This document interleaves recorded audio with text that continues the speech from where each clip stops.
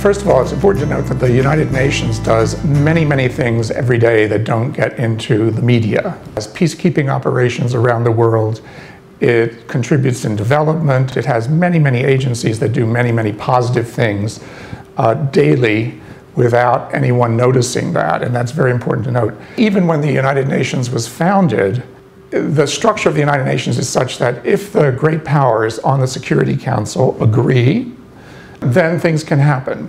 If they disagree, as they have recently on issues like Syria, then not much is going to happen. And that's always been the case.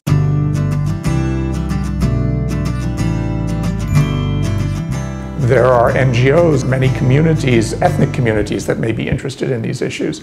So diplomacy has been much more democratized, or if you will, pluralized. There are many more actors involved. So in that sense, it's not old school diplomacy anymore. That can still be very valuable, but there are many other actors that have an interest in many of these issues and have to be taken into account.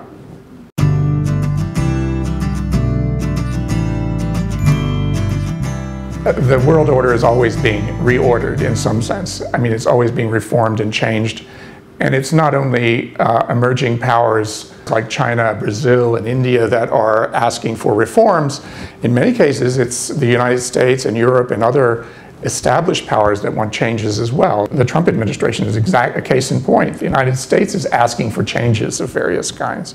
The question is, how do you get that reordering in a way that is seen as legitimate and peaceful by all the parties concerned?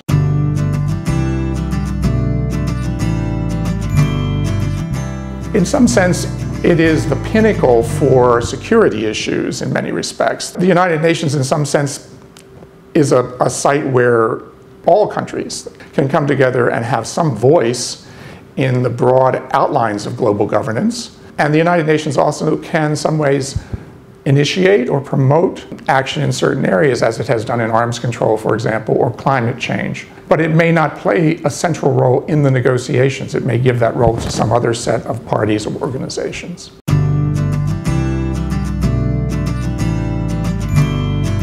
When I talk about new modes of governance, it used to be intergovernmental organizations like the WHO or the United Nations. But now governance means a multiplicity of actors, many different actors of different types who are involved. Sometimes it can be states. California in the United States, for example, plays a big role in climate change. And in China, provinces have played a role in climate change.